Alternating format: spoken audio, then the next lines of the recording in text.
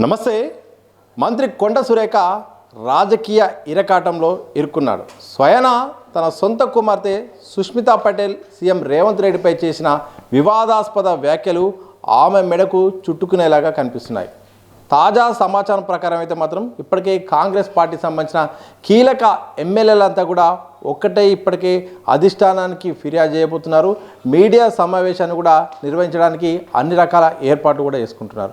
మరోవైపు ఇప్పటికే గత కొంతకాలంగా ఇటు అంతర్గతంగా వరంగల్ జిల్లాలో అయితే మాత్రం ఇటు కొండ వర్సెస్ అదర్స్ అన్నట్టుగా వర్గాలుగా మారిపోయిన సందర్భంలో లేటెస్ట్గా సుష్మిత చేసిన కామెంట్ల నేపథ్యంలో ఒక వర్గంగా మారి వారైతే మాత్రం అధిష్టానానికి ఫిర్యాదు చేశారు.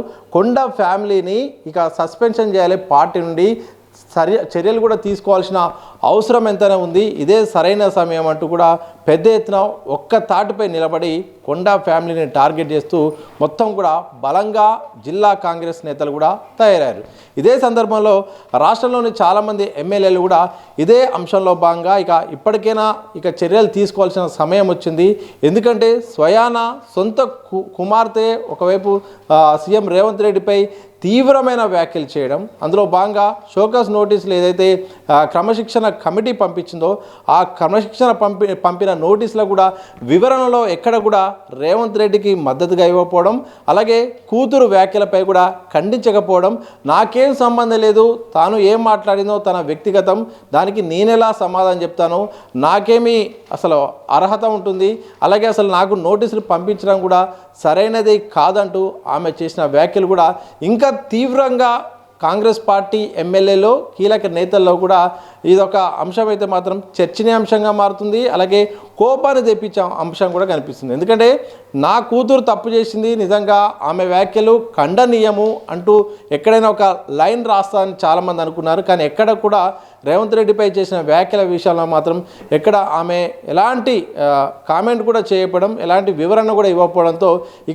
చాలా స్పష్టంగా ఇదే సమయంలో చర్యలు తీసుకోవాల్సిన అవసరం ఎంతైనా ఉందంటూ కూడా జిల్లా కాంగ్రెస్ నేతలు, అలాగే చాలామంది కూడా రేవంత్ రెడ్డికి అత్యంత సన్నిహితులు, అలాగే ఎమ్మెల్యేలు కూడా వాళ్ళంతా కూడా ఒక్క తాటిపై నిలబడి అధిష్టానంపై అయితే మాత్రం ఫిర్యాదు చేస్తున్నారు. అధిష్టానం కూడా ఈ విషయంలో అయితే మాత్రం సీరియస్గా ఉన్నట్టు తెలుస్తుంది. ఒకవైపు పిసిసి అధ్యక్షుడు ఇటు గరంగా ఉన్నారు. నేరుగా ఎవరు కూడా ఇలాంటి వ్యాఖ్యలు చేయడం సరైనది కాదు, గీత దాటితే వేటు తప్పదని పిసిసి అధ్యక్షుడు ఇప్పటికే వార్నింగ్ ఇచ్చిన పరిస్థితి. మరోవైపు ఇటు ఎమ్మెల్యేలంతా కూడా మెజారిటీ ఎమ్మెల్యేలంతా కూడా ఒక్కతాటిగా నిలబడి ఈ విషయంలో అయితే మాత్రం ఇక్కడితోనే ఆగిపోవాలి. ఎందుకంటే ఒకసారి ఇది ఇలా కొనసాగితే మాత్రం చాలా పార్టీలో కూడా చాలా దుమారము రేకెత్తే అవకాశం ఉన్నట్టు కూడా చాలామంది కాంగ్రెస్ పార్టీ నేతలు కూడా అంటున్నారు.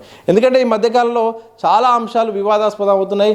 చాలామంది బయటకు వచ్చి ఇటు పార్టీ తీరుపై, పిసిసి అధ్యక్షుడిపై, సీఎం రేవంత్ రెడ్డిపై, ప్రభుత్వ పాలనపై కూడా బహిరంగంగా మాట్లాడుతున్నారు. చాలా నియోజకవర్గాల్లో కూడా ఇదొక వివాదాస్పదంగా పంచాయలకు ఒక అడ్డాగా మారిపోయింది. చాలా సమస్యలు, ఒక కాన్స్టిట్యున్సీ అయిపోతే మరొక కాన్స్టిట్యున్సీ మనం చూసాం. చాలా కాన్స్టిట్యున్సీలు ఉన్నాయి. తాజాగా ఎల్బీ నగర్ కూడా వివాదాస్పదమైంది. మునుగోడు, ఇటు వనపర్తి, ఇటు పరకాల, ఒక్క కాన్స్టిట్యున్సీ కాదు ప్రతి కాన్స్టిట్యున్సీ దాదాపు అందరూ కూడా ఒక్కొక్కరు కూడా నేరుగా మీడియా ముందు వచ్చి కూడా విమర్శలు చేస్తున్న సందర్భంలో ఇటు ప్రతిపక్షాలకు ఆయుధంగా మారుతుంది.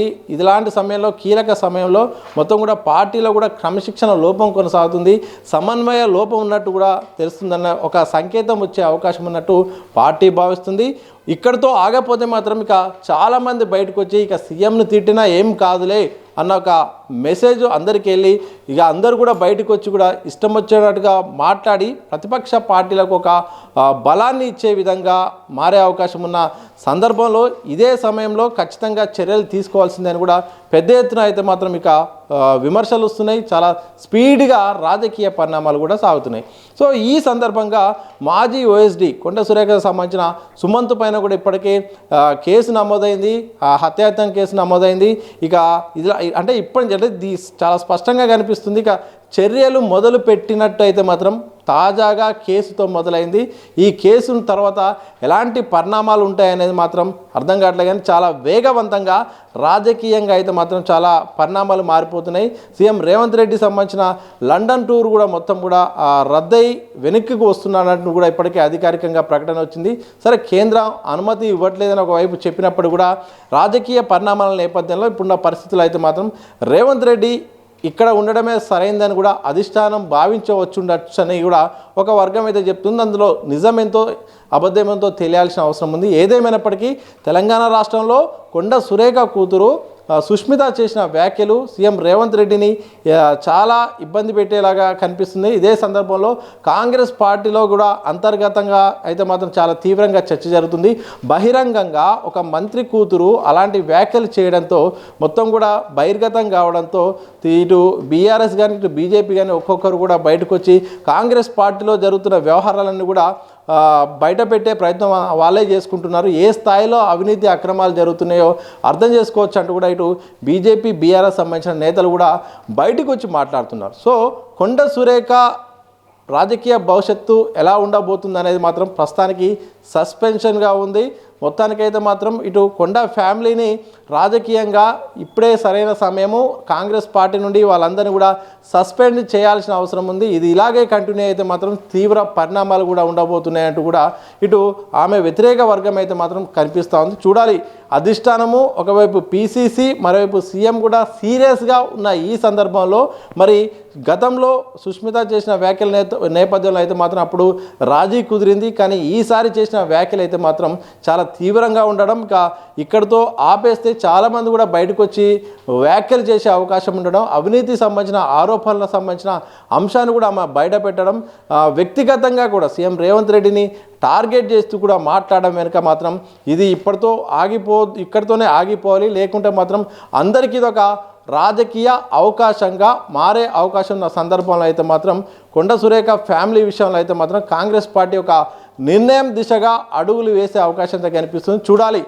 ఏ చర్యలు ఎప్పుడు తీసుకుంటుందో మరి కాంగ్రెస్ పార్టీ అధిష్టానం తీసుకునే నిర్ణయాన్ని బట్టి అయితే ఆధారపడి ఉంటుంది. కొంతమంది మంత్రులు, కొంతమంది ఎమ్మెల్యేలు కూడా కొండ సురేఖకు అండగా ఉంటున్నారు.